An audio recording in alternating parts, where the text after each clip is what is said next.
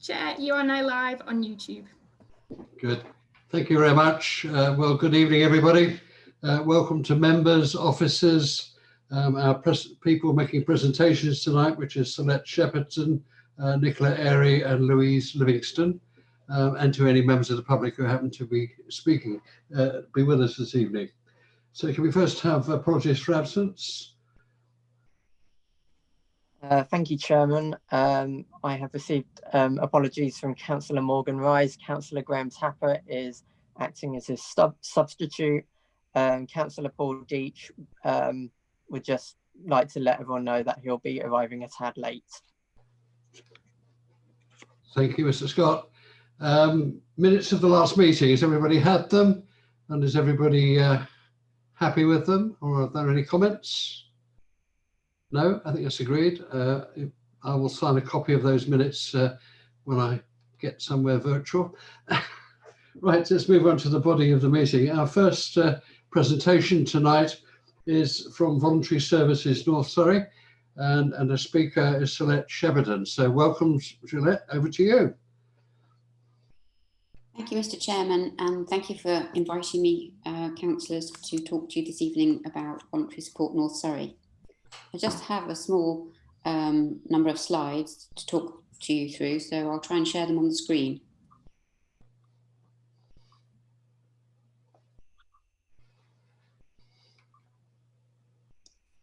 I may need some technical help because I can't see them. It's not behaving. No, I had them literally moments ago.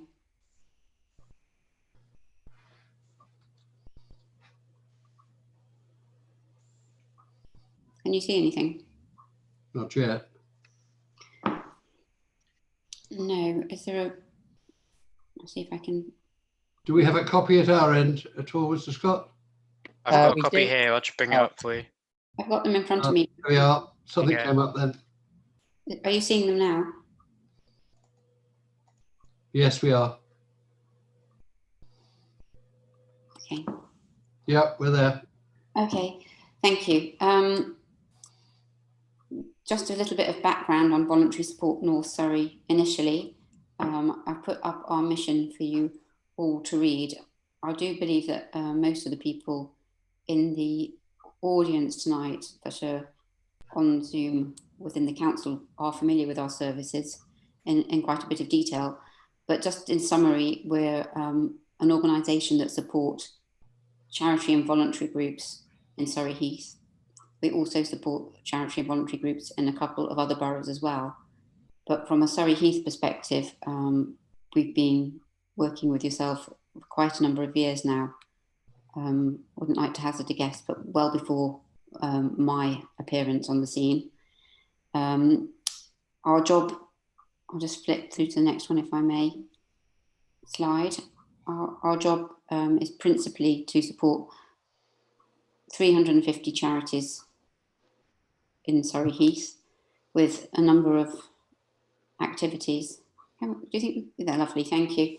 Our core work is around supporting the charities with their governance. So these are the documents that they organise and operate their charities by. We support the trustees and help them with identifying what's the best form of governance for their organisation. We typically help half a dozen charities a year set up in Surrey Heath. That's just a ballpark number. And that's from start to finish in terms of identifying how they go about establishing themselves as a charity, registering with the Charity Commission and fulfilling all of their paperwork in order to become a bona fide charity. Additionally, we help groups with their business plans and strategies. A very large part of establishing yourself as a charity is providing what your plan is. And in fact, you can't become registered as a charity unless you have a reasonably good strategy and plan. Funding is one of our areas of support, helping the charities to identify funds, but also training them, charities how to go about applying for funds. We've got a couple of pretty good digital fund writing application courses now that we deliver via Zoom. And core work is around finding volunteers, not just finding them, but managing them and helping organisations to understand volunteering and the law and good practice around motivating volunteers. So that's just a little bit of background and typically what our services entail. In addition to that, within Surrey Heath, we support the areas of deprivation, and our staff members attend these meetings in order to embed themselves into community. In the years where the Surrey Heath show is able to take place, a member of my team sits on the committee for the Surrey Heath show and helps to facilitate the show as well. Thank you. Move to the next slide, please. One service that we offer in addition to core within Surrey Heath is Time to Talk. This is funded both by the CCG and by the Borough Council. It's a befriending service, slightly different to the service that's very well run by Surrey Heath Age Concern. The differences are around age, so you don't need to be over the age of 50 to be befriended by Time to Talk, which is the case, I think, with Surrey Heath Age Concern. And we are able to befriend people that have mild dementia. So we target volunteers that are able to befriend individuals with different needs. We have worked very well, I think, over the last year with Surrey Heath Age Concern, and I think the two organisations have been stronger from having each other. The two parts are stronger because of that, I think. We have, at the moment, on Time to Talk, 36 befrienders who, as you can see on the slide, supported some 46 people during COVID. Prior to COVID, it was purely face-to-face befriending, but we moved the structure, like so many others, to telephone befriending to meet the needs of individuals during the pandemic. Currently, we just have a short waiting list of 15 people waiting for home visits and 7 people waiting for telephone befriending. But we have some new volunteers that we're training and registering at the moment, so we anticipate that we'll be able to meet some of that demand fairly soon. There's just, without, I'm sure everybody's aware, there's a complete reluctance to return to routines for some of the older generation. And so telephone befriending might be here to stay for a little bit longer. And it's certainly something that we are considering as part of our ongoing portfolio, although it wasn't in the initial plans. Just while we're talking about COVID generally, I should say that the organisation worked with, I think it's fair to say, and supported the very successful Surrey Heath Prepared organisation that quickly established itself in Surrey Heath, very much in the background, helping them initially with some plans about engaging volunteers and managing volunteers, and then latterly having weekly meetings with them to see where we could assist, and also helping with the delivery of their PPE equipment. Thank you. Perhaps move to the next slide. Challenges for the organisation at the moment, given the current climate, is helping our groups move to a more digital world. I think the third sector is slightly known as a bit of a laggard in this area, and it's increasingly important that we can help some of our groups navigate the new digital arena. There's certainly a lot of new ways to fundraise, and a lot of the tried and tested means of fundraising won't be as effective in this environment. We certainly know there's going to be a reluctance of some people to give, given the state of the economy, and we see it as our role to ultimately guide and help and support organisations to get the funds that they need in these challenging times. The number of actual places for volunteers to sign up and volunteer in terms of organisations has reduced slightly, as we see a number of our organisations have shrunk a little bit and are concentrating on employees and core work at the moment. But it's to be noted that 91% of organisations operate purely through volunteers and have no paid employees. So we need to work to help the voluntary organisations have the confidence to recruit volunteers going forward. So those are the challenges. I think the next slide is about the opportunities we see at the moment as an organisation. In some cases, we can work with groups to help them reinvent and so that they can become a little bit more equipped and fit for their purpose. Moving to digital certainly will be an opportunity for organisations to be a little bit more swift and to work in new ways. We are very lucky that we've got some very good training material in our team, and we'll be looking to build on that foundation of training and increase the amount of training that we can offer. And whilst people do like to get together in a room and benefit from training collectively, training online is offering advantages to those that are short of time or prefer to learn on this kind of online format. So the opportunities that we've also seen is, as you're all aware, the number of people that have come forward to volunteer during these tricky times, and it's opened up the opportunities in terms of volunteering to many people. So we've got the challenge of finding volunteers somewhere to volunteer, but we've got the interest from the public in actually coming out and helping support their local community. So that's a kind of whistle-stop tour of what it is that we're looking at and challenged with at the moment, and how we can assist. I'll be really happy to take any questions on anything in a little bit more detail if so desired. Thank you, Celeste. You're obviously involved in a very wide range of activities there, aren't you? Right. How do you manage that? How do you measure your performance and whether you're getting better year over year and what have you? I mean, you mentioned that one of your main jobs is recruiting volunteers for all the charities that you're supporting. I mean, how many new volunteers have come in the last year or so? So in terms of measuring and monitoring, we capture quite a lot of information on volunteering, and so we can look at numbers of people volunteering.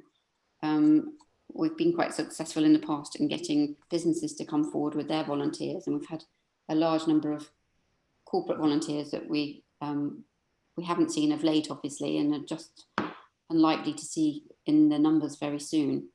How do we get better at it? It's very much a challenge.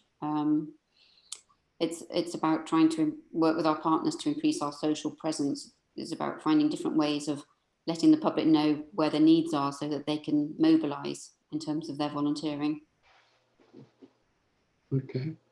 Members, any questions? Here we got Councillor Garrett, please. Thank you, Chair. Firstly, I ought to say I've got I'm involved in Surrey Heath Age Concern. I'm also involved in Chloe and Sophie's Ear Fund, and I'm also on the Old Dean Community Group, which are all, I know, are all involved with your company. So I just wanted to make that clear as well. I just wanted to ask about DBSs, because do you do an umbrella service, or do you, so can companies come to you that might need various DBSs, and then their volunteers within their group can then get DBSs, or do they have to come to you separately? How does that work? We work with voluntary organisations historically to do their DBS checks, and we're still doing their DBS checks at this time. We have a lady within our organisation who's very skilled in this area, and we need to make sure that we're always on the right side of the law, because it has changed of late, and people historically think that it's a good safety check for their organisation to have a DBS check done, but now it's very much the emphasis on the fact that the individual has a right not to be DBS checked unless it's absolutely necessary. So we will assist and guide any organisation with their DBS checks and offer them the benefit of our expertise in this area. Okay, Councillor Garrett. Yes. Now Councillor Tapper, followed by Councillor Wren, please. Thank you, Chair. I was interested to see that you see the digital world as a new opportunity. Is that, have I understood that this is to include means of communicating with those that you're helping, not just by home visits and by telephone, but also by using video chats and that sort of thing with them as well, where they wish to engage with you that way? Yes, we want to help move the groups that we're working with to an arena where they're comfortable to have digital board meetings, digital discussions, sharing digital slides online, and so that they can do their business without having to meet face to face, which they've typically done. So we need to work with them to find out what their barriers are and enable them to do this. Yeah, thank you. Councillor Wren, please. Thank you. Just a question about fundraising ideas, and obviously the struggling charity sector, which is probably one of the most hard hit. And as you mentioned, obviously the normal channels to which you do fundraising is going to be changed. What ideas are you working with the charities going forward? I'm kind of really particularly interested in that. Yes, we're trying. Well, there's a whole number of training that we're offering online for the charities to help them do digital fundraising. So I think traditionally in the past, it's been a matter of writing applications and doing events. Events obviously are not feasible at the moment for fundraising, so they need to be better at writing their applications and getting them viewed by the people that have funding. So we have a course whereby we actually help them with the language to use and help them with their ideas as well, from start to finish. And we also offer a service whereby we read applications if people have written them. In terms of moving digital, it's absolutely paramount that the charities have a digital presence, and some of our charities don't have a website.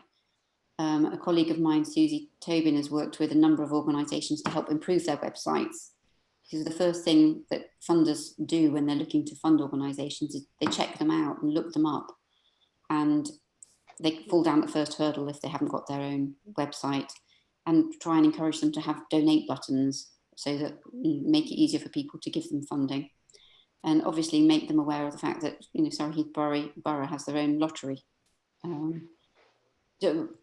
Each organisation that comes to us needs a special plan specific to them. There's no one size fits all. It depends what they're looking for in terms of money, how much, what's it for, and we've got access to online searches that we can do on their behalf to find them the funding that they would be most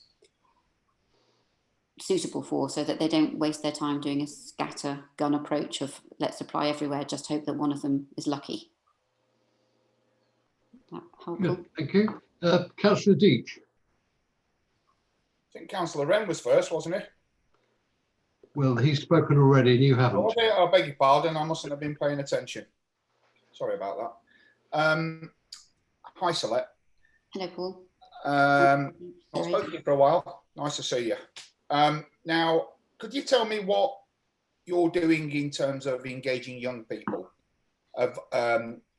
When I was in my teens, I was an army cadet and did a lot of volunteering as part of my Duke of Edinburgh award scheme. But not every kid is into that. And I think that volunteering is a great way to sort of engender community spirit and all the rest of it. So I'd like to know what you're doing to engage young people specifically, but also, as you know, social media is something I'm passionate about. And I think that young people exploit is probably not the best word to use, but to use young people in your own marketing and social media efforts. Perhaps they could volunteer for Voluntary Support North Surrey or some of the charities that you work for to up their social media game. So I think that you could better utilise young people in the community for that benefit. I'd be interested to hear your thoughts on that. Thank you. Yeah, I think the answer is probably not enough. Probably an area where we really could do more. We've reviewed our Duke of Edinburgh schemes and we've talk to organisations to find out which organisations would be prepared to take young people. And then when we say young people, obviously it's under 16 or over 16. In terms of Duke of Edinburgh, I think we've got that pretty much covered with our new leaflet and our engagement. But engaging with the young adults is something that we really could do more with. And I suspect it's an area of perhaps weakness with us. With our own digital presence has grown substantially since I was challenged, I think, at this meeting a few years ago by perhaps yourself. And we now have quite a good, I think, digital platform. Definitely improved, that's for sure. Thank you. And we need to perhaps look at ways of engaging youth volunteering. Well, could I make a suggestion, if I may? Perhaps you might want to contact, first of all, the Surrey Heath Youth Council. There's some incredibly engaged young people there that are very keen to help wherever they can, but also the Surrey Youth Cabinet. And if you talk to the community partnerships team at Surrey County Council, I'm sure they'll be happy to put you in touch with them. Thank you. Thank you. I will definitely take away those actions to contact those people. And I think it is something that we need to build into our plan for this year, because I actually do agree. I think they're so active on social media that they could help us as well to widen our audience. They could teach us all a trick or two, I think. That's right. Thank you, Paul. A couple of questions I've got here now. First of all, you get quite a lot of support from the councils, obviously, for your work. How much do you raise independently as an organisation? We get quite a lot of support from the council in Surrey Heath and from the CCG in Surrey Heath. Independently, we've managed to get some government money previously from the health department for health and wellbeing, and we've worked with the CAB in Surrey Heath to deliver a project together. We've had small amounts of money independently as well, so we've had some success, I would say, historically. We've written a couple of applications at the moment, and we've had some monies from the Surrey Community Foundation. So I think the answer is we've done okay independently, but plenty of room for improvement. So you don't do the sort of conventional fundraising stuff like going to fairs and having balls and all that sort of stuff? No. Okay, no, I understand that. Okay, my second question was, you mentioned that you'd set up your own charity, basically, face-to-face charity, which is Time to Talk project. Did you not see that as a bit of a conflict of interest? Because you've obviously been recruiting volunteers for your own organisation, and did you recruit as many people for the charities that you're supporting as you pulled into your own? I could just see a slight conflict. How do you react to that? Absolutely. I think we can only just be as fair as we can be. I mean, we're very mindful of the fact that we're there to recruit the volunteers to go where the need is. There's a lot of volunteers that come that perhaps want to work with donkey sanctuaries or dog charities or animals. And we see as part of our role to steer the volunteers to the organisations that are asking for volunteers and where the need is. Sure. In terms of conflict of interest, we would always tell them that there are various places that they could volunteer and that they should check out each place and see which place suits them best. It's certainly not in our interest to make our organisation the one with the most volunteers so that other organisations fall down. And we'd also work with other organisations to help them manage recruiting their own volunteers successfully. Not all volunteers come through the volunteer activities that we do. Yeah. So it's very important that they have their own profile and their own ask. But it is something that we keep in check and remind ourselves of consciously. Yeah, that's lovely. Thank you. Councillor Garrett. Thank you. More of a comment really, off the back of Councillor Deitch's comments about the Duke of Edinburgh. I'm a governor at Collingwood, and I know, having seen some of the presentations they've done after they've completed their DofE, that so much volunteering goes on. And I know they obviously have various sources for that, but it might be worth contacting Collingwood, Kings, Tomlinscope to see. And I know certainly from Collingwood side, they are always wanting to volunteer. So maybe that would be another in for you. And I'm happy to give you the contacts at Collingwood if you need, and I'm sure you can get them for the other schools as well. Perfect, thank you. Any more questions, councillors? No? In that case, it's my pleasure to say thank you, Colette, for coming tonight. Very interesting. It's a whole interesting area. I'm sure we could spend hours on it if we will. Chair, I think the leader was waving his hand at you. Was he? It's not come up on my electronic list, and he should know better than that. Leader, I can't see you on my screen. If you're there, please speak. So sorry, Chair. I was desperately trying to find the button that put my electronic hand up, and I couldn't find it. And I thought I better just start waving frantically. Sorry. I should two things. First of all, my wife and I volunteer for Surrey Heath Age Concern, and we of course are involved with voluntary support. And the other thing is I'm on the board as the council representative for voluntary support North Surrey as well. So learning a bit more about them. It was in your report, it talks about volunteering there, Slett. Registered 1683, referred 1654, place 204. I wonder if you could just talk us through what those numbers mean in terms of where they've gone, the volunteers. So is this a report that I've issued to the officer that I haven't got in front of me? So these are numbers of volunteers that we've placed, recruited, and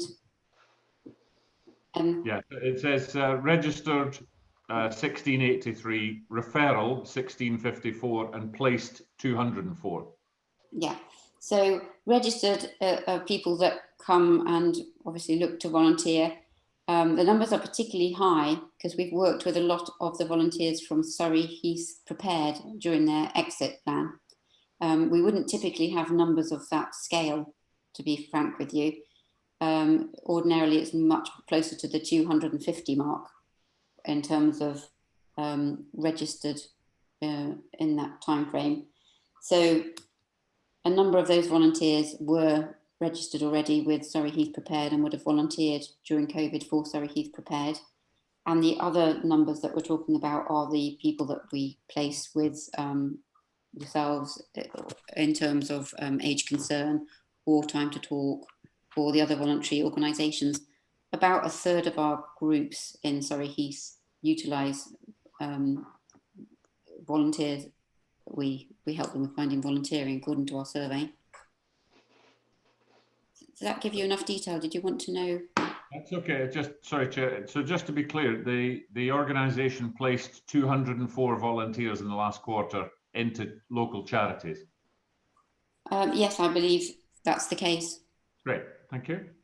So that wasn't all Surrey Heath Prepared. Oh no. I couldn't tell you off the top of my head what proportion of them were Surrey Heath Prepared, but certainly a lot of them would have been in that last quarter because there wasn't much else happening in the quarter, I think, that you have in front of you at the time. Yeah. No, it's super to see so much volunteering going on, actually. Well, it was super that so many people came forward, and most of them obviously went straight to Surrey Heath Prepared, but we did have a number of people come forward to us as well. That's good. Any more questions, members?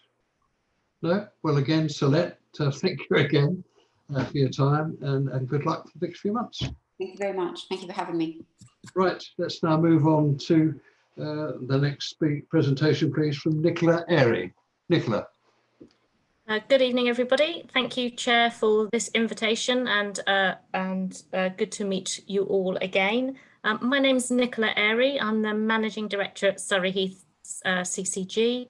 For those of you who don't know, CCGs plan and source health services for local communities and then monitor the quality of those and how they're doing. I know some of you very well and some of you are new faces. I've joined the CCG before it was actually formed. So I've been working in Surrey Heath Borough Council offices for coming on 9 years now. It was wonderful to follow Celeste, who is one of our partners, and hear all the good work that's going on. I feel a degree of pressure now to do such an informative presentation. What I've chosen to do is a very small number of slides to give us enough time for you to ask some questions that I can answer if I can, or take things away that you're interested in. and I'm hoping that I'm going to get some help with the slides. So if my friend could show the first slide, thank you. That's me. And if we could go on to the second slide. So these are some of the things that are going on in the world of health, much of which you will recognise. COVID, recovery and restoration. I'm going to talk to you a little bit about a new approach to flu vaccinations this year. All across the health service across the country, we're planning for a scenario where we might have winter pressures caused by the diseases that happen in winter, and a peak of COVID and normal activities. So there's a lot of thinking going on about how we manage that. We're also trying to work out how we have new conversations with our communities. We are thinking about EU exit, and then we've got new ways of working we're trying to work through with our staff. And to top that all, we're potentially going through an organisational restructure as well. I know you'll all recognise how busy our lives are at the moment and how many things we have going on in multiple areas. Go on to the next slide, please. The first thing I wanted to share with you is the priorities that we've got as a CCG for the next 6 months. With so much change going on, we felt it was really important for us and our staff and our partners to know what we were particularly trying to prioritise during this period. It's fair to say that a lot of this can only be done in partnership, and there is a possibility that if we have a second phase, some of these aims will get thrown off course and we'll have to focus on more of the things that are in the yellow box below. But this will just give you an indication of where we are in our thinking in terms of priorities. So I thought I'd just talk you through it. There's a really big focus continuing over the next 6 months. We've had this in our minds for a while now and into next year about mental health and well-being. We've focused a lot as a CCG around older people and integrating their care. And really, the next couple of years, we're going to try and focus on early intervention and particularly strengthening our partnership working with schools and making links between our mental health providers and schools.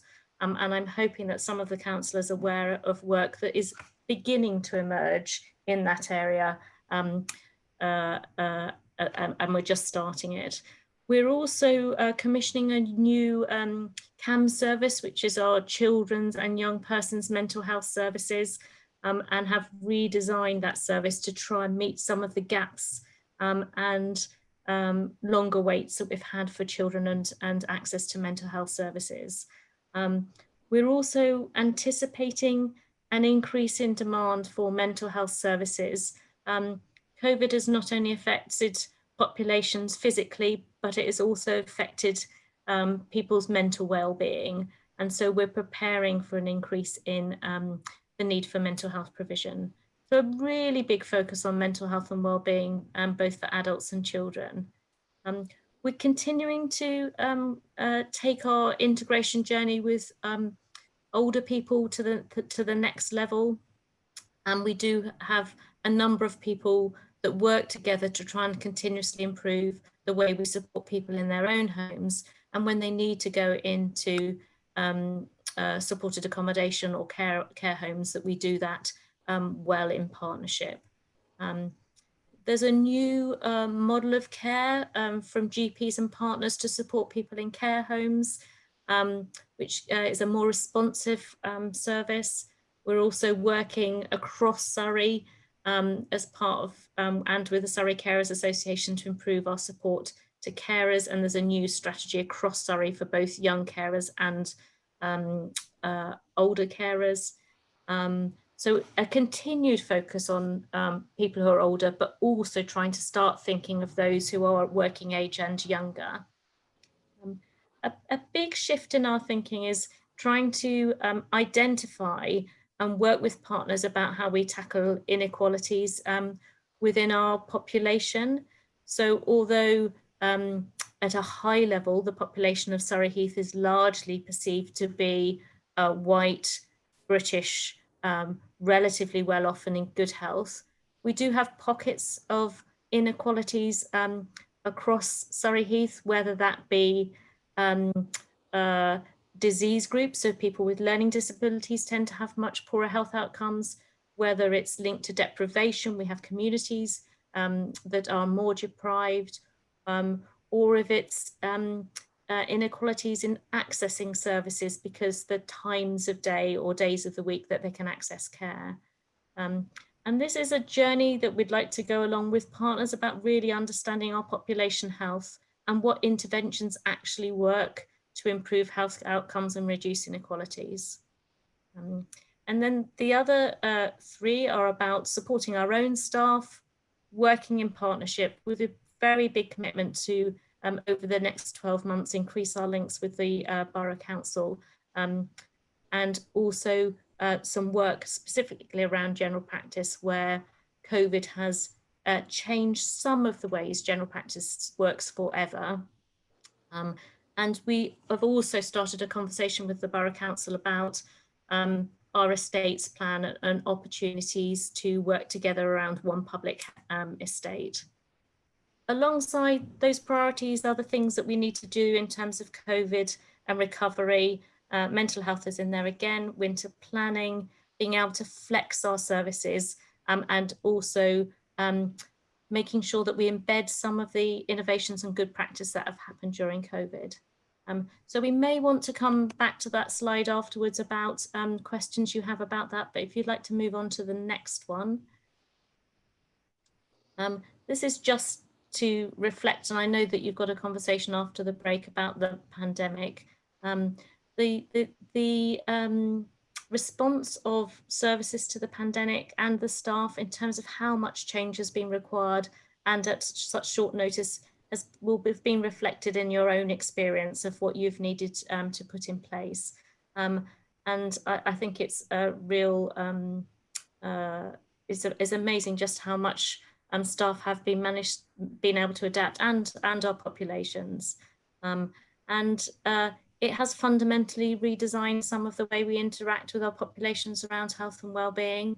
For those who don't have frontline staff roles, they're all working from home, which has also been a very significant transformation for people. You can go on to the next slide, please. This is one of our matrons at Bartlett Group, which is in Frimley Green and Ashvale. And I think we've almost been surprised at how well we've managed to adapt to such a significant change, and have had really positive feedback, just both directly to us and through Surrey Health Watch, about some of the positive things that patients have experienced during COVID, such as sort of more responsive times from general practice. Go on to the next slide. So we're now in the process of planning for a second phase and trying to bring services back on stream, because many were paused at the absolute peak of the beginning of COVID. General practice is now back up to the level of consultations it had pre-COVID. Of course, the mix of those have changed, with many more being video, telephone, and quite a significant increase in the use of texting, which has been very positively received by patients. But we are continuing to have to adapt to what's coming through the door in terms of what's happening with COVID. I'm not reading through the slides. I'm assuming that you'll do that. There's huge amounts of planning going on about restarting services and getting back to people use the phrase pre-COVID or business as normal, but actually there are many things about that COVID has introduced that we wouldn't want to go back to.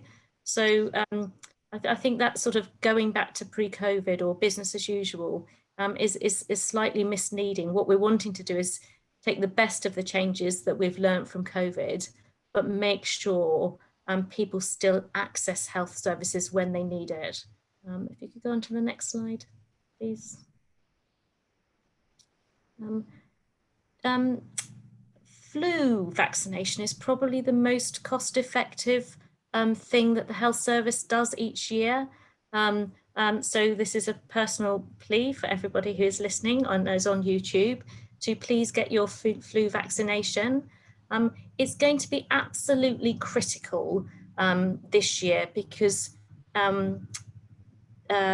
there is planning going on about a second, sorry, it sounds like the army are going past my window.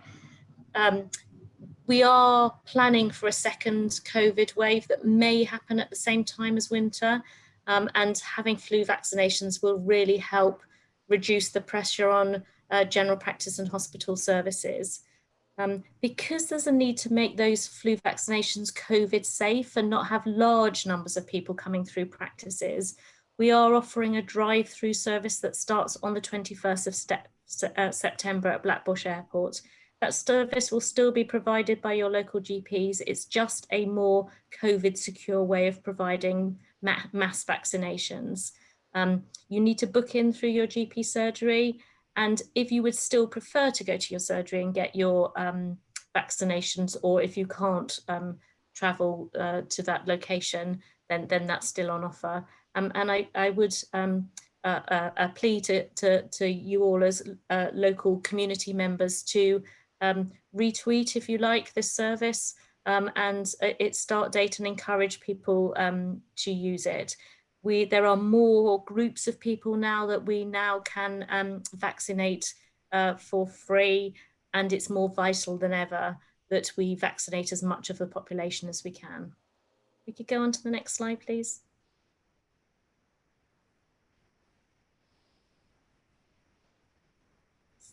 Sorry, could we go on to, thank you.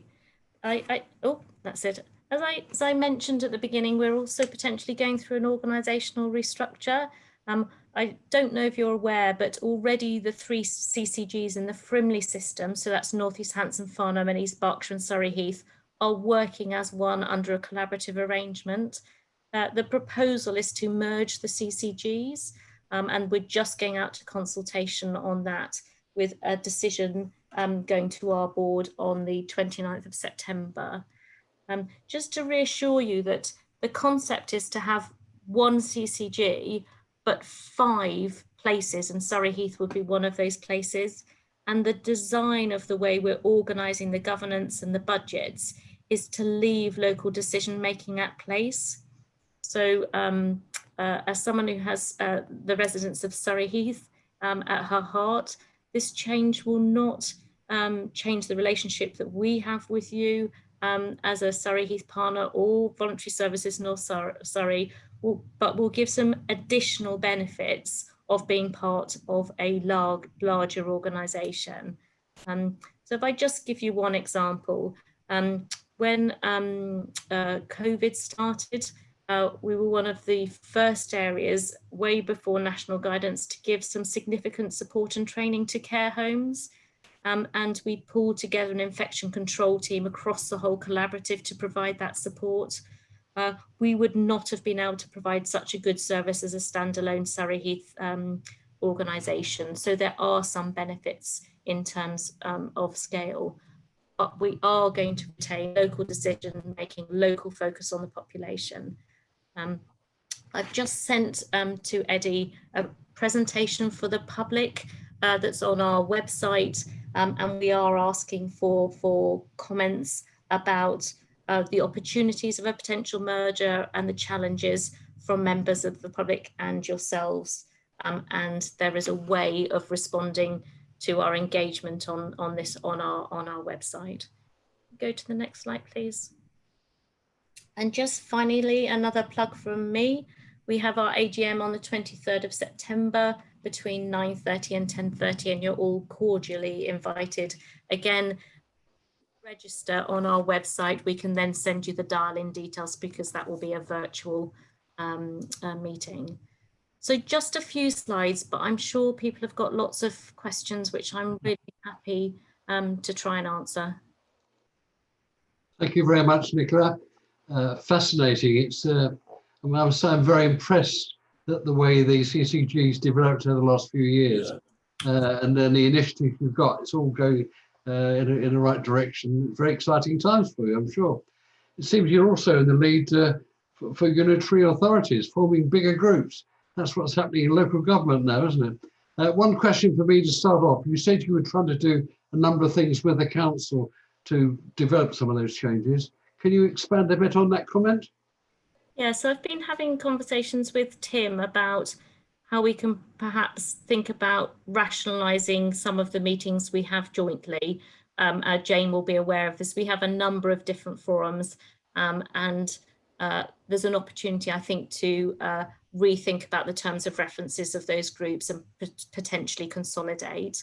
With the County Council, we have some joint appointments, and some of the other CCGs in the collaborative in East Berkshire have some joint appointments as well. So I think it's just about thinking, how can we make sure that our where they do align, our plans and our aims are, we work together on it even more closely than we do at the moment. That's good, thank you. Right, questions from members now. I have got a time beside my hands on this one, but I can see Councillor Wheeler hasn't spoken before, so can you start us off, Victoria? Thank you. It's a very first quick question, really, and some of it relates back to the council. Firstly and foremostly, I do think we do need to remember that not all of the Surrey Heath residents are covered by Surrey Heath CCG or the other CCGs that you liaise with within the ICS. Yeah. And that brings me to something which is of very real concern to me on behalf of our residents, and that is that Frimley Health have just announced a new EPR. And that EPR is different to Royal Surrey and to Ashford and St Peters. And my residents tend to go to both of those hospitals, which will, in all probability, present quite a challenge from an HIE point of view for my GP surgery. And I just wondered really, Nicola, if you comment about how you feel that can be managed in what is, I know, a very small and specific area within the Frimley Health catchment area, but your plans for managing that. Thank you. Yes. So I'm sorry, I don't know which area you cover, Councillor Wheeler. Chobham. Windlesham, Okay. Windlesham on the whole falls into Surrey Heath because they go to Lightwater. Yes. But Chobham obviously is Northwest Surrey. Yeah. So we have two differences on our footprint with the Borough Council. We have Ash as part of the CCG, and we have Chobham that isn't. I think clearly this question is predominantly one for FHFT, Frimley Health. Frimley Health are not at the forefront of technology in terms of the way it supports their services, and they are long overdue having a good system that records and shares patient information. So if we forget about the choice of the system that they've chosen, the fact that they are going through a major upgrade of their technology is actually way overdue. I'd agree with that. The second thing is that there is something called the Connected Care Record, which is the way primary care information is connected to community services, actually collected to social care information and to acute information. And some of that across the Frimley system has been waiting for Frimley to get its system together.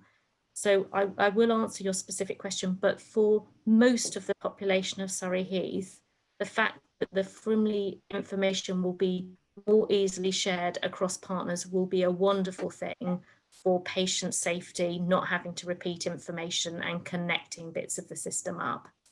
So sorry, Nicola, just to give some background, I was part of the team that implemented EPIC at UCLH. So I'm very familiar with the system that Frimley Health are investing in and the immense benefits that it will bring to the majority of the residents within Surrey Heath. Yeah.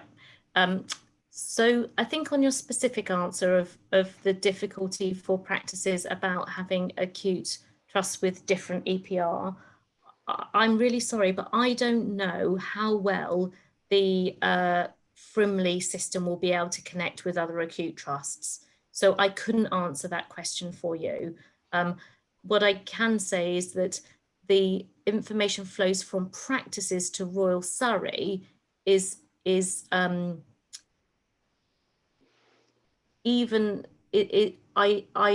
I haven't heard feedback from them that there's a wonderful flow of information with other acute trusts.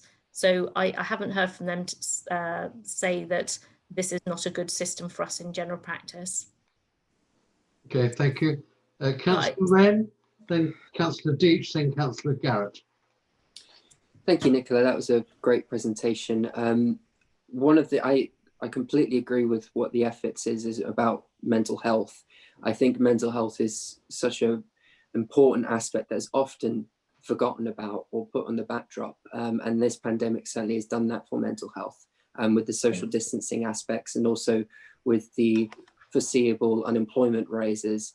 That's going to have a massive impact. And there's two questions that I want to ask you, which is first about what's the current waiting times on CAMS? And obviously what times are we looking to cut down? Because I imagine they're probably quite lengthy. And also you talked about the increases that you expect in people seeking support in mental health.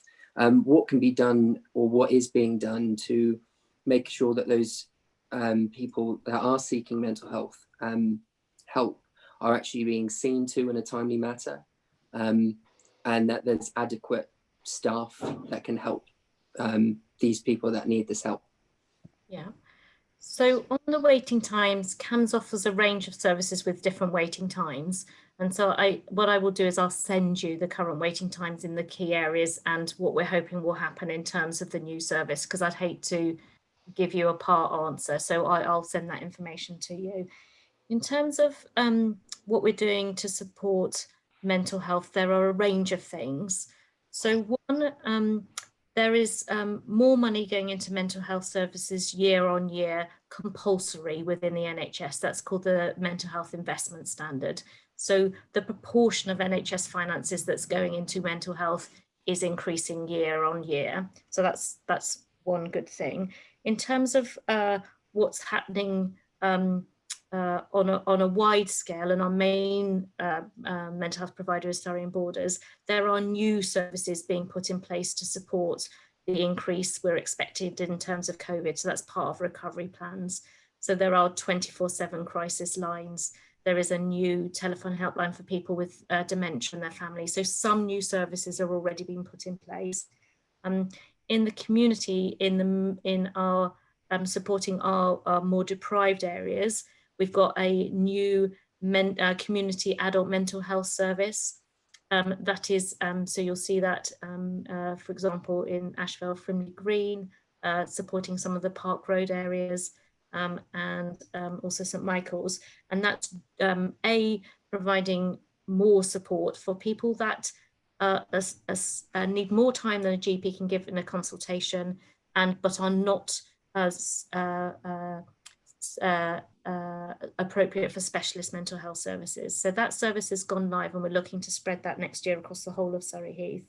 And then the other things we are doing is that we are making small investments in those things that support with people with mental health around employment. So we've just agreed to support the CAB with some more money. They have some really skilled people who support those with mental health issues that struggle to get through the benefits system.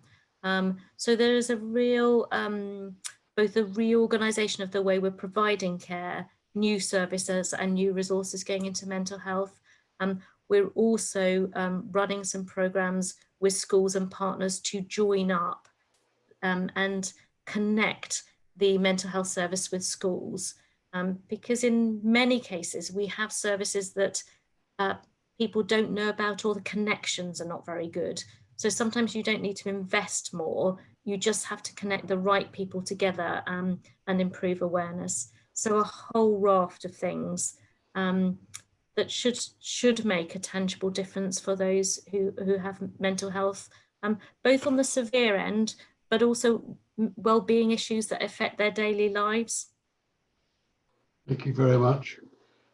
Councillor Garrett, please. Thank you, Chair. Nicola, as I'm a chair of governors at some primary schools on the Old Dean, yes. I'm a parent of a child with ADHD. I've been in the system and I've for CAMS, and I've been fighting the system almost for CAMS primary schools. I'm interested to say there are changes afoot, and I'm not expecting you to go into all of those now, but I'll be interested to hear. My biggest concern has always been that CAMS is obviously it's overloaded, and as Councillor Wren quite rightly said, due to COVID, there's going to be a lot more going in. We've got a system that already wasn't working, which is now going to be stretched even more. And I know you say you're changing it, so I'll be interested to hear what sort of things are changing to try and overcome the issues. And I don't envy you the task of doing it, but I'll be interested to hear sort of what things are going to change. Yeah. So there will be a range of things. But if I try and give you a high level change that I think is the key to unlocking some of this, but the impact won't be felt straight away. So in the new service that we're commissioning, we're investing much more in the early intervention of behaviours, so that children who are very young are helped.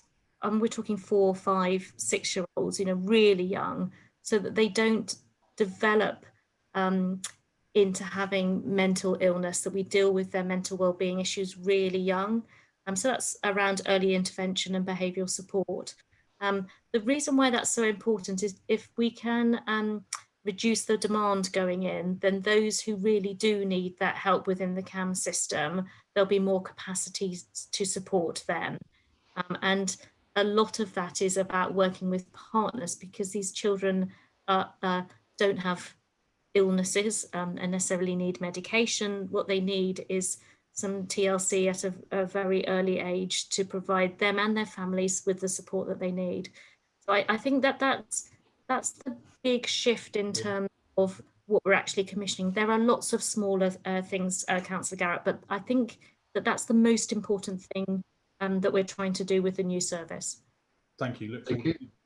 Councillor Deach, please. Thanks, Chairman, and hello, Nicola. Good to see you. Yeah. Now, I want to ask you something to do with planning, actually, because I think most councillors will agree with me that when talking to residents about development in the local area, one of the main things that come up time and time again from residents is infrastructure and lack of it. And healthcare provision falls within that, to my mind. And another comment that I get is around the fact that waiting times at GP surgeries are longer. It takes longer for residents to get appointments. And by the way, this is not meant to be a criticism. I'm an ex-healthcare professional for the NHS. I'm fully aware of the pressures that you guys are under. I used to work in a diabetes clinic, and I know exactly how busy those places get. So please don't take this as a criticism. But what I'm keen to understand is because like I say, the residents will say, oh, well, the GP waiting times get longer, you can sit in A&E for practically a whole day and all that type of thing. I'm talking pre-COVID, by the way. You know, when there's a big development going in, so we'll take Deepcote as an example, or one of the smaller ones, what's the Water's Edge in Mitchett. Are you consulted? Do you read the letter that you might get from the council as a statutory consultee, and do you respond to those consultations to give your views in terms, and do you seek sums, commuted sums from the developers to assist with lessening the impact on the medical infrastructure? Thank you. So a few things on that. I think one of the benefits of the Borough Council and the CCG potentially working more closely together is in this area. So your planning department are really good about sending us information about when plans are coming through that we need to be cited on. So that's great. But I don't think we are as good as we could do about accessing resources for developers for infrastructure to support health. That doesn't, as you know, always have to be a new building or a new surgery. It can be resources that support existing services to cope with demand. but I don't think we're maximising that opportunity, and that is probably something that we could work on better together. In terms of waiting times, it's interesting that during COVID, the feedback generally about waiting times has been more positive, and actually in general, and there are some people for who this doesn't work, the move to online consultations, telephone consultations, texting has reduced the waiting times for a number of people. So what we're trying to do as part of recovery is to make sure that we embed those things, which will leave more time and better access for those people that need face-to-face appointments. Just to say, we've had a recent survey done nationally around waiting times for GP outpatients appointments, and the Surrey Heath waiting time feedback from patients is still significantly better than the national average. So that doesn't mean that people's perception of wait isn't accurate, but I am optimistic that COVID has given opportunity to have a different dialogue with patients about how to access their services, and that will in turn improve waiting times and access. I would agree with that last comment. Obviously, COVID has presented a lot of opportunities, I think, in terms of people's, I suppose, culture changes, people's perceptions of services, culture change and mindset change. But could I just come back on the comment you made that you think you could do better in terms of drawing upon perhaps developer contributions to improve? Could I urge you actually to jump on some of the opportunities that may be presented via development and make sure that our residents, because healthcare, I think healthcare and crime are two of the biggest things that people talk to me about anyway. And I want to make sure that you get all the resources that you need. So please work with our officers to find out what funding is available through developer contributions. Thank you. Will do, Councillor Deach. Thank you.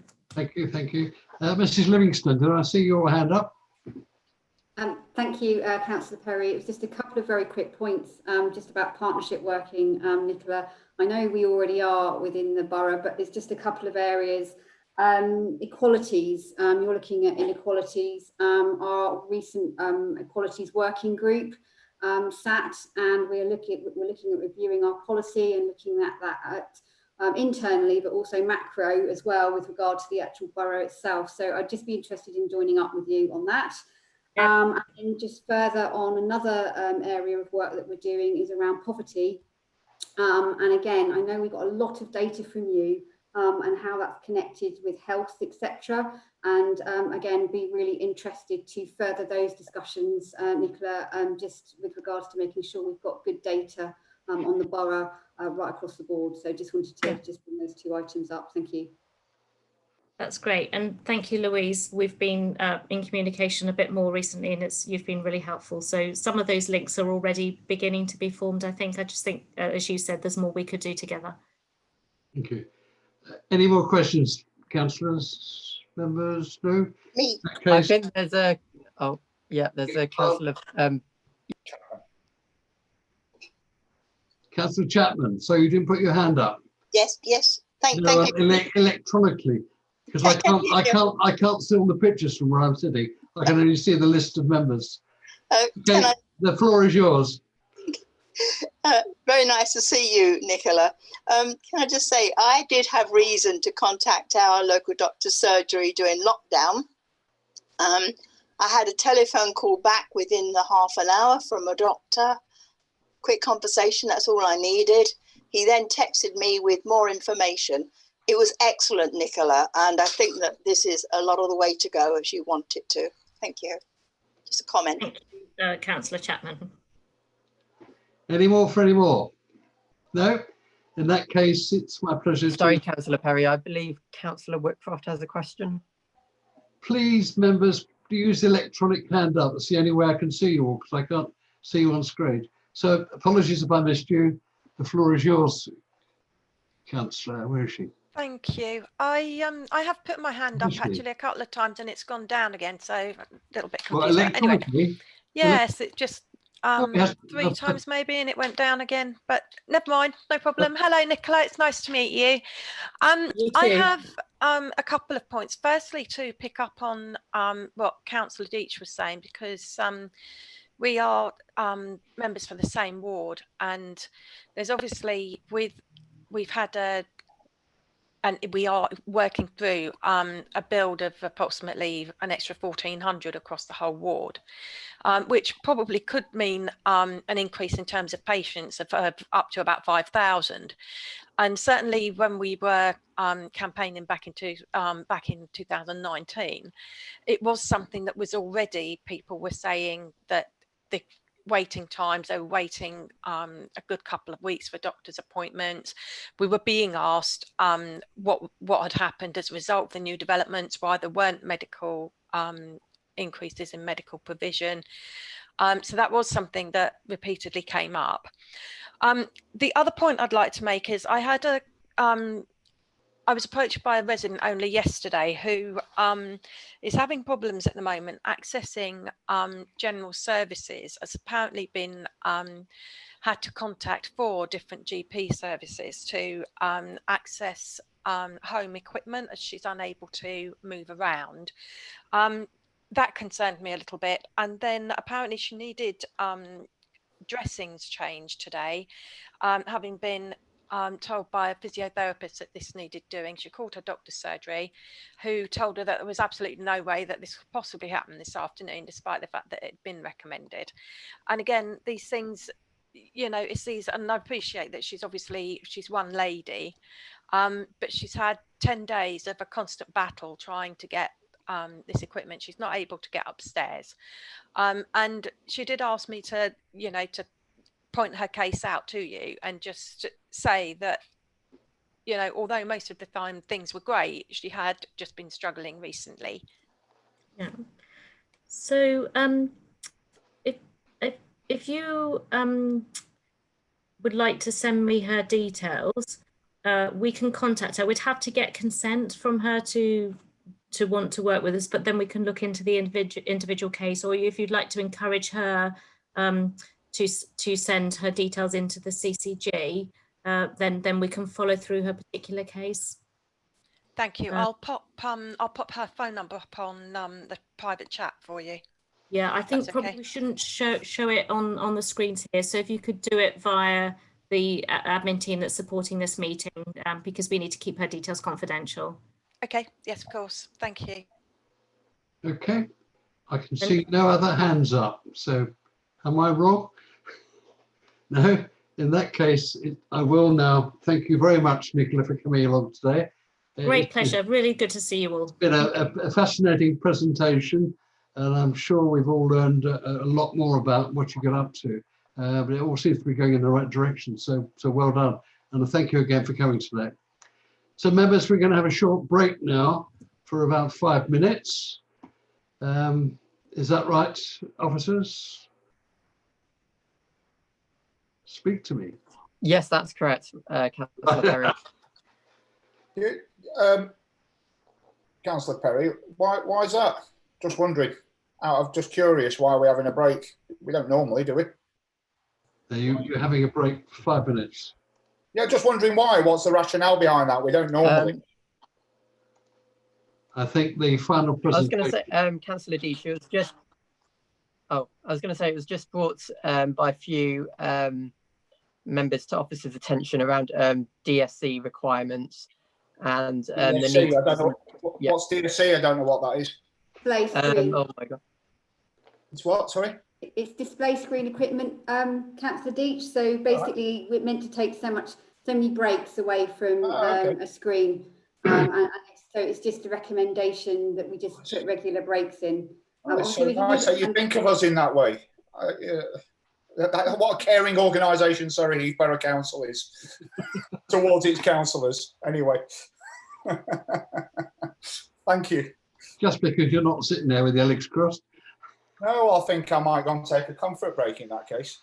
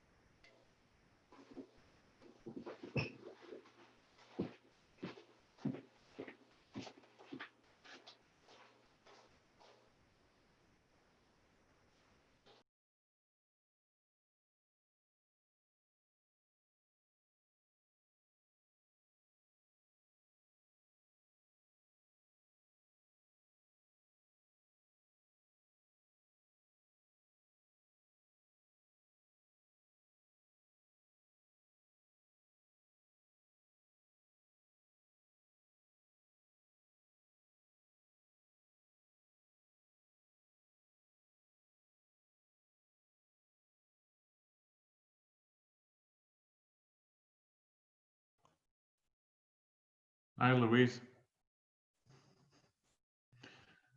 So you're not taking a break from the screen either.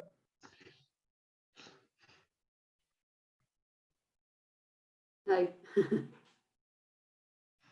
think we're still live though. Yeah, I saw that. Hi, Sarah.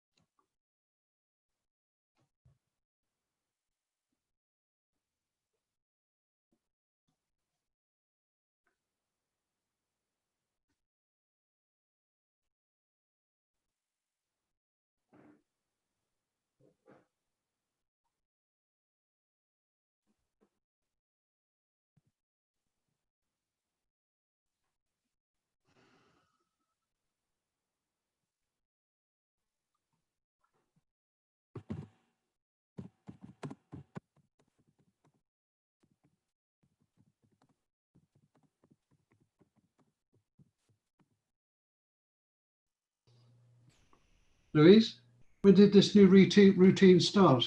Having a break? I think it's just literally, it's just being reviewed, I mean, all the time with regard to the number of meetings we've now had. We just keep looking at different items. So literally, I'd say this week is when it's come in, as far as I understand it. We haven't had meetings for a number of weeks now. So I would say that it's the new sort of running into September. I think it's the new sort of thing, and we should really have considered it some time ago, probably, with regards to just the amount of time. So the idea is what, to have a break every hour or so? I think that's the idea, yeah. Also, just from a comfort perspective. It came up at the governance working group. We were discussing it after the council meeting. Do you remember the right? I think we were in the chamber or on Zoom in the chamber for about 3 hours, and at some point I had to say, you know, Madam Mayor, do you mind if we have a comfort break? And it brought up the conversation at the governance working group about how often should we be actually scheduling in a break for the people. And yeah. Okay. It wasn't decided it would be every hour. It was, I think it was going to be left to the chair, is what we said. You know, when they felt that it was an appropriate time to break the meeting, but it's become now a bit more formal. It looks like that it's an hour. So. Okay, fine. Thank you.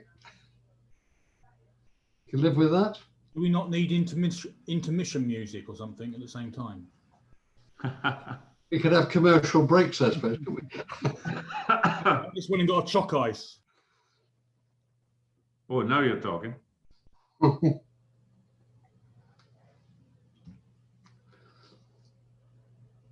think it's something we can just keep under review at all times. So if it's not, you know, if we feel it's too often, then obviously we need to put that right, because it's not about wanting to.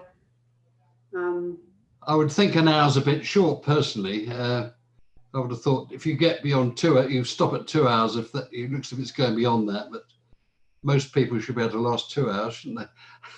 I would have thought. Yeah, I suspect though, if you look at the health and safety, having said what I've just said, if you look at the health and safety executive, I suspect that the rule, you know, generally it's around sort of an hour and a half. Is it? Okay. I think so. I could be completely wrong there, but as I say, I know nothing. Who's running the clock on this? Eddie, have you got the timer on? He's gone as well.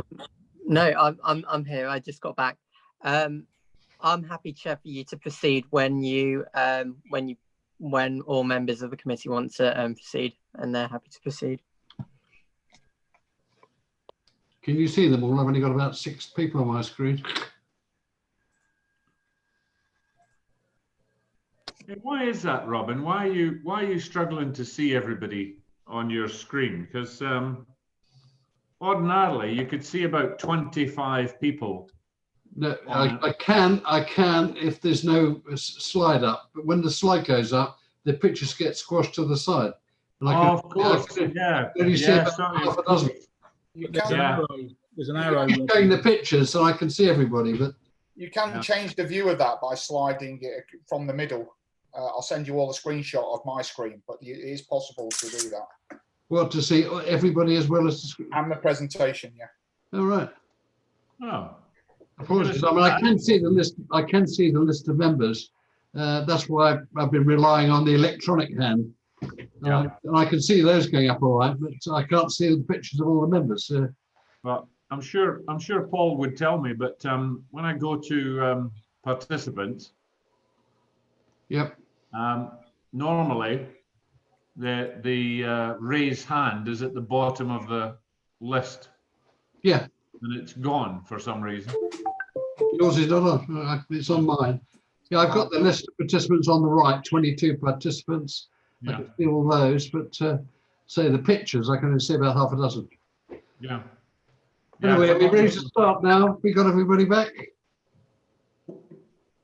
Yes? Eddie, can you see who's in?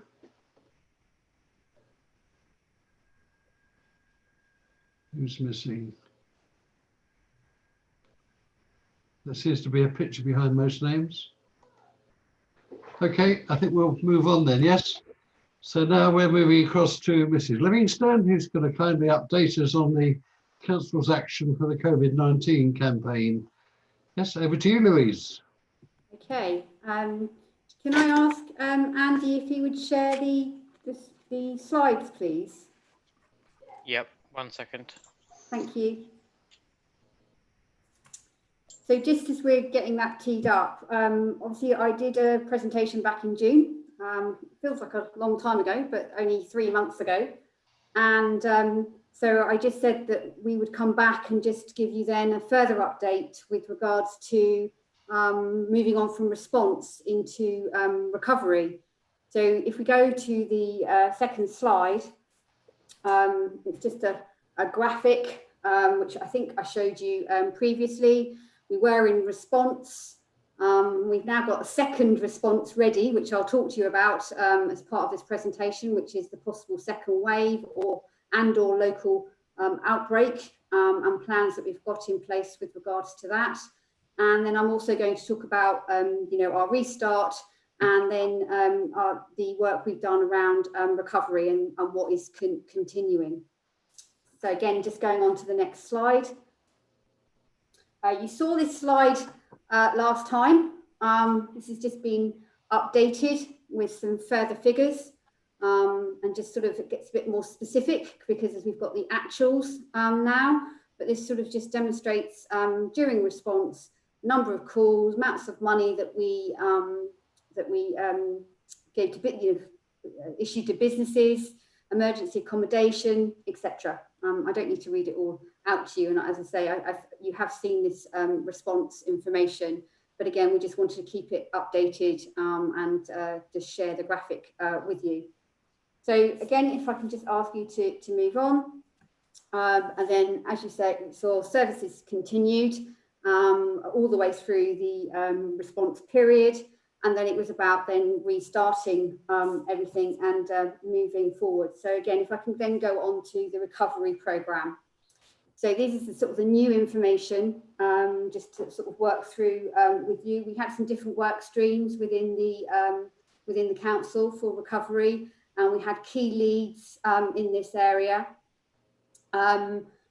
First one, communication, pretty much speaks for itself. It was making sure that all the information was going out to the public and to members and to staff with regards to what was happening with regards to COVID-19. Workstream 2, this was about staff welfare, and obviously we did the redeployment of all the staff into different services. And then during recovery, it's then been slowly moving those staff back into obviously their sort of day job, I suppose, with regard to what they do on a day-to-day basis.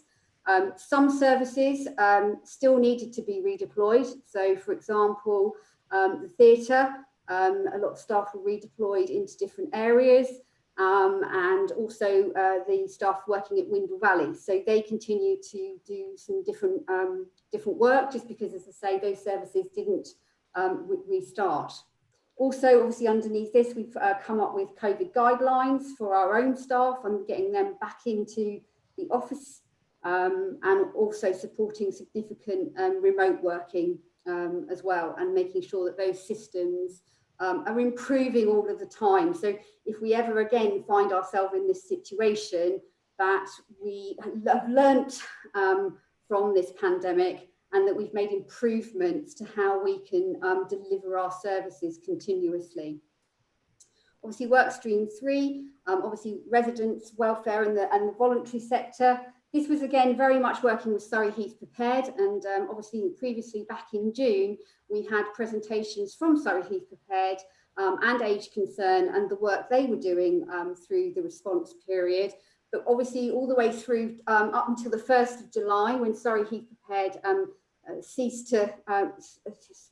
stopped doing their providing their services, we worked with them with regard to how again we crossed over those services, made sure that there was continuous support back out into the community. Also with regard to that, a very key part of that were the food parcels, and how obviously the BSOM, for example, was sort of became part of Surrey Heath Prepared for that period of time, and it was then how we then reverted that service back and to be as it was pre-COVID. So again, we've done a lot of work around that side of things, and this also included the emergency charity grant scheme that we had in place. And as I say, the previous slide, I think in the end it was about 61,000 that we gave to charity to keep them supported through, again, the COVID-19 period. Also, workstream 4, this was then about local business support and what we could do for our businesses. Obviously, we had the town centre reopening on the 15th of June. We had the statutory and the discretionary grant schemes for business that we needed to make sure that we processed, ensuring that there was clear criteria for how the businesses received those grants. Now we're focusing on skills and support for businesses. So we're working with, at the moment, and there will be further information around this, but we're working with the DWP on, for example, looking at a youth hub for 16 to 24-year-olds who've sort of found themselves in an unfortunate situation, perhaps, where maybe they had apprenticeships that they were going into, for example, and then those schemes have now sort of stopped or ceased because of firms not continuing. So again, we're doing quite a lot of work around that. Also, as part of that, we're also looking at the scheme Kickstart. So again, we're doing some further work around skills and how the local authority can support that particular scheme as well. So a lot of work going into looking at obviously the ongoing issue around that businesses may have as furlough starts to come to an end. And obviously as we approach October and we start to see that furlough scheme starting to finish, obviously we'll start to see more of an impact with regards to businesses, etc. Then moving down, we've got workstream 5. And this was really just about making sure really that key council projects continue to move forward, and basically to get those moving on, and with regards to making sure if they needed more resource, for example, or we needed to redeploy some staff, making sure again we did that. Also within here we did the risk assessment of the offices and the preparation for reopening to the public. And then we've also looking at an agile working project as well underneath this particular work stream. And in work stream 6, which really is at the core of it all, is the finances. So we have to do, we're doing 4 monthly returns to MHCLG on the financial impact of COVID on the council. And at the moment, we're in the process of completing an application under the income guarantee scheme. So again, this is around loss of fees and charges. So we're making sure that we get that application in, so we try and then obviously plug any gap that we've got with regards to our finances. Okay, if we could just move on to the next slide, please. So these are just key timeline things that have happened really since the period. Obviously, I did speak to you, I think it was on the 9th of June. Obviously, we had key things happening before that. but really it was just sort of obviously just giving you an idea of the different things that have been going on over that period. And if we go on to the next slide, please, Andy, you can then see that that continues with what is good to hear, the Camberley Theatre reopening this week, and obviously again trying to continue with regards to getting back to everyone calling this the new normal. So you've got in there different schemes that have started up over the summer. Again, obviously making sure that those are all safe to the public. Okay, if we move on to the next slide. So this is the sort of final slide, but quite a lot of information sort of here. So what we're also now doing is thinking about the second wave. And if there is, obviously we need to be prepared for this. So it's just sort of looking at the different contingency planning that we've got in place. So in August, there was a desktop exercise undertaken, whereby we looked at obviously all the lessons learned from the pandemic and our response from March up until sort of really now going into up to August and onwards, and sort of what we could learn from that. And a report has been shared between different councils as well, so not just the learning from Surrey Heath, but also what we can learn from others, so that if we find ourselves in a situation where we've got to get this up and running again, we are prepared to do, we're prepared for that. So we've got staff lists as well with regards to if we had to start our welfare support, with regard to which staff we would need to move straight into making different calls if that was what was needed. Again, it's all dependent on each situation, on the situation. But I suppose it's just really making sure that as councillors and the public know that we do have those plans in place. Obviously, it's also about communications and key messages. It was actually mentioned by Nicola Airy about the sort of, it may not just be COVID-19. You may have poor weather. You may have, as I say, you've got Brexit and perhaps impacts from that. So it's just thinking about all of those different issues that could be happening at one time as we approach the autumn and winter period. Environmental health.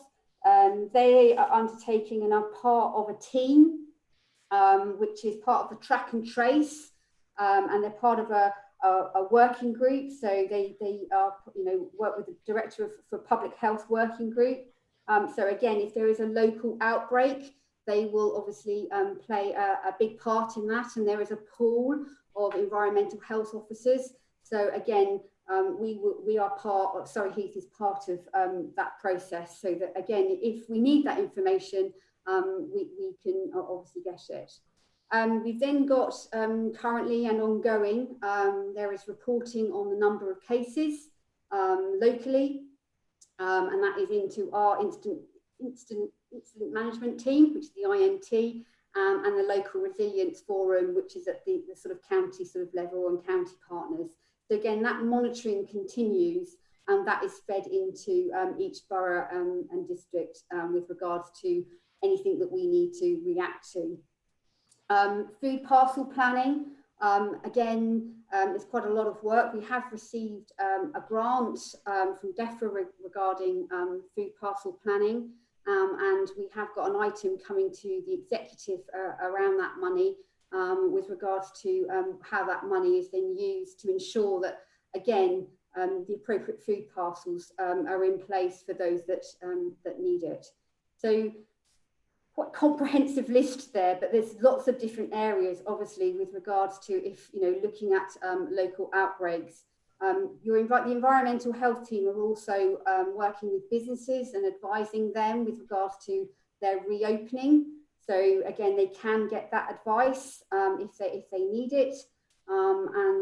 Yeah, so hopefully just giving you a bit of an overview. I appreciate you may have some questions. I will try and answer as many of those as I can. But that's the end of my presentation.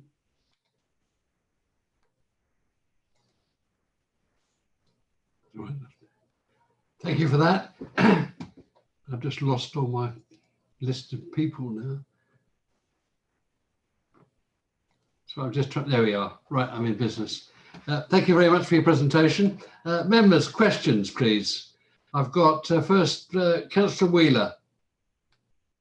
Thank you, Chair. First and foremost, I'd like to say a huge thank you. I think that certainly within the ward area that we represent, we've had amazing support from the officers and the work that has been done, and that's ongoing as well. The support, I always like to look for a positive in everything, and I think one of the positives that's come from it is a better working relationship with officers, because we have been thrown together in a way that we might not have been thrown together before. So firstly, thank you very much for that. My concerns very much exist around what's likely to be happening within the borough at the end of the furlough period. I think that we will be facing people that are going to need to rely on food banks, benefits, etc., that potentially haven't needed to before. If you look at the number of our residents that are, and again, I don't know, Louise, if you've got any figures on this, but the number of our residents that work at Heathrow, for example, and how many businesses and what we're doing in terms of reaching out to businesses that will be in a position to say to you, actually, when furlough finishes, that's it, that's me done. You know, I'm closing for 6 months, I'm closing forever, I'm closing, you know, whatever the situation is. But it's how we reach those residents that have not in the past needed to access any form of benefit. And probably some people might be surprised by this, but not everybody knows about what's available. Not everybody knows about food banks. Not everybody knows about where to go for help. And I think a lot of our residents have been in a nicely privileged position whereby they haven't needed to call on those services before. So really, it's how we do it. I have spoken to Jane about possibly doing a one-pager that says, if your problem's this, do this. If your problem's this, do this. And if your problem's the other, then there's other people that can help you. But I just wondered how, what approach we were working on for that. I think with regards to, I don't have specifics about, as you say, for example, the Heathrow example you gave, Councillor Wheeler. The economic development team are very much trying to use all the contacts and networks they've got to speak to businesses themselves to try and make sure they are aware of the support that's there. So they're pushing them to Surrey Chambers, where that is the growth hub, if they need further advice. And we're also looking at further schemes that we will be making sure that as councillors you are made aware of. And we're just working on those at the moment, especially around maybe skills, etc. And if people need to reskill and look at different areas. So we're just working on that. We've also got, we're working on a website at the moment as well, which is very specifically to do with business. Now that maybe is a bit more businessy rather than individual, but again, sometimes businesses won't go to a council website, but if we can try and get a website up and running, which is straight as the front page, these are the things that you've got access to. Obviously, we will make those connections to our own website.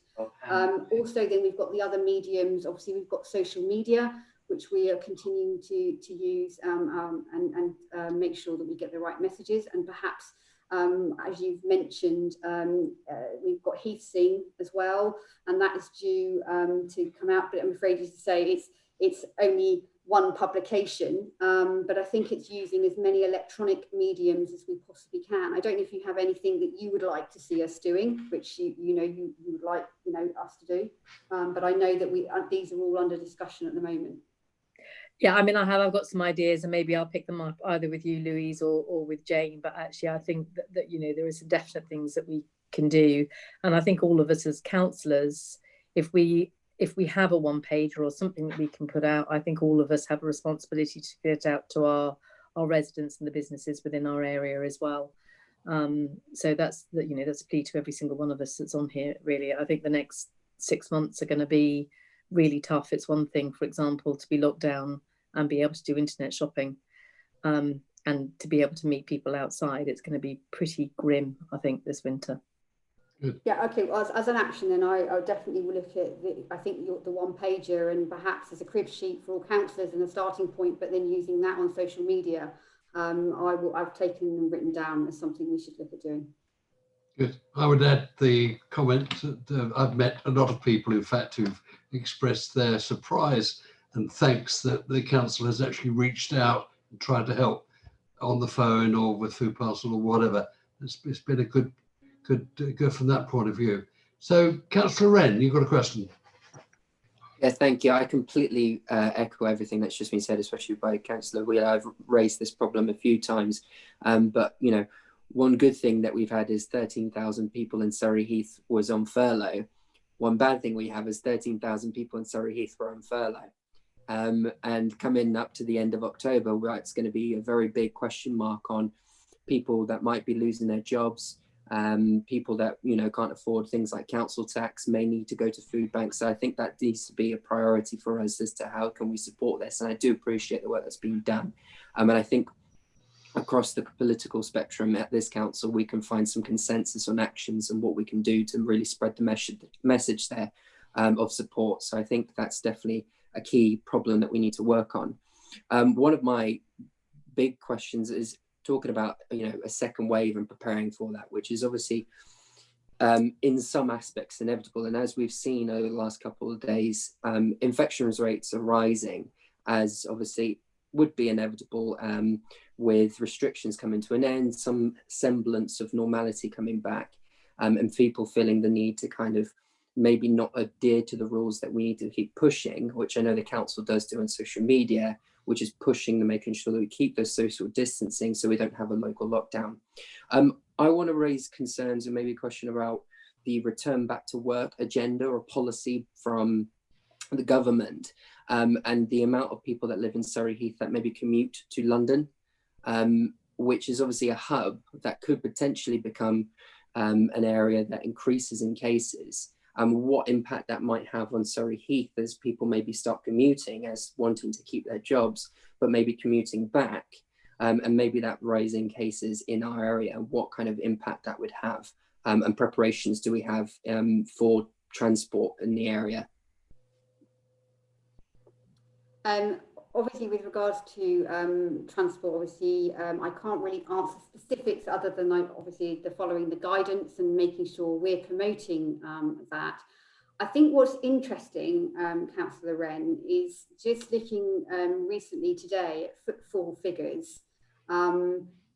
We seem to find that the regional hubs, there definitely seems to be an increase still in people staying local. And actually the return to London still doesn't seem to be. I appreciate the government have stated with regards to, from an economic perspective, of obviously wanting to see that return. I suppose all we can make sure we can do with regards to our own local area is, again, keep promoting obviously social distancing. We're working with the bid in our shopping centres and making sure that, again, we help with regard to that message. And again, with any businesses with regards to advising them to do risk assessments if they are getting people to return to offices.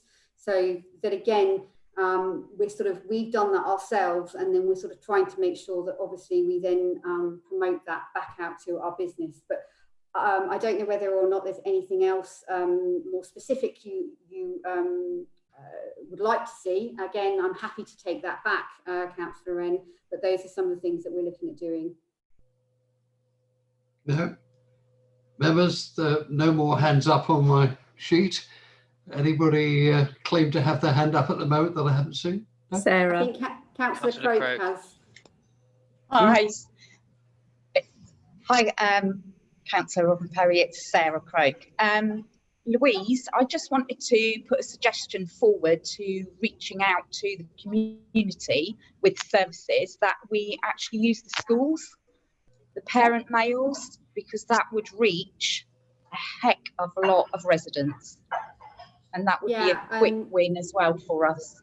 Absolutely. I most definitely will look at that from our own local level, from a district and borough. I know the county, listening in on our weekly meetings, their communications team are making sure they're working with the schools across the county. But that doesn't mean that as a district, as a borough, we can't actually do that ourselves for our own schools. So again, we can reach out to the head teachers just to sort of see if there's anything further we can do. So I will add that to our list. Thank you. Thank you. Any more hands? Councillor Bates. Hello, I'm sorry to join the meeting late. I've had another meeting earlier, but just in regard to this particular item, one of the things that has concerned me of late is awareness regarding the wider mental health issues of people who've not been able to attend support groups and things of that nature during the pandemic. And where a number of people may have been meeting in places such as churches and community venues, and obviously they've all been closed, and they wouldn't necessarily have had the access to remote kind of relationships that many other people have had. So I'm sorry if that I didn't quite catch whether that was covered in any of the 6 strands, but I just wonder, Louise, if that is something you could just talk about a bit more. I appreciate the borough only have a partnership role in it, but can I just ask what, if any, work is being undertaken to look at the mental health side of matters for our residents in terms of working through this whole wider issue of relationships for people who may be finding the experience very lonely or upsetting? Yeah, absolutely. And as you say, Councillor Bates, we are working with partners. I think 2 of those were with us earlier. I appreciate you couldn't see, but definitely the CCG, mental health is obviously very high on their agenda and the work they're doing. And we did sort of speak to Nicola Airy, and I know that Tim, who is online, is also speaking with Nicola Airy with regards to, again, how we make sure we spread that word. Again, we're trying to make sure we get key messages out on social media. I know that Jane Boytle is working also with our community groups with regards to how we make connection with the different groups to get that message out. I'm also part of a recovery group, which I should have probably mentioned as part of my presentation, which is Surrey-wide, which again is looking at community groups and the different services that were provided face-to-face and that are now being done sort of virtually. So, for example, Voluntary Services North Surrey mentioned this in that their befriending service was done where they visited, where they're now doing that virtually. I think there's more work we can definitely be doing with this, and to be, I mean, it's a big subject area, and it is something that we will continue to, as I say, work with our partners and promote. But again, if there's anything more specific, Councillor Bates, you would like us to be doing, again, I'm happy to take any actions from you. Thank you very much. Any more hands? No? Okay. It forces me to say thank you very much, Mrs. Livingston, for the update. You've obviously been very busy over the last few months. That's brilliant. Right, members, we just moved to the last item on our agenda, which is the forward work programme. I think you've all got your notes on that. As you see, for December, we're planning to have Accent Housing in, just as a follow-up to the couple of sessions we've had in the past. The Citizens Advice Surrey Heath, the Hope Hub, Catalyst Support, which is a small charity. And for March, we've got the Camberley Job Club, Basingstoke Canal, Blackwater Valley Countryside Partnership. And we're also hoping to squeeze in the Autism Trust somewhere amongst that. Obviously, as we say every time, if you've got any ideas of a subject or an organisation you want to get along to these meetings, please let me know. And I think that's it then. So I think we've got to the end of the meeting now. So thank you very much for your attendance, and good night, everybody.